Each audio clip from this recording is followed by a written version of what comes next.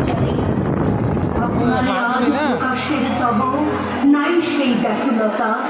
আজ তুমি ভীরু, আড়ালে থাকিয়া নেপথ্যে কও কথা।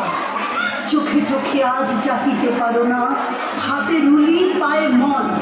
মাথার ঘুমটা ছিঁড়ে ফেলো নারী, ভেঙে ফেলো শিকল। যে ঘুমটা তোমা করিয়াছে ভীরু, ওরাও সে আবরণ।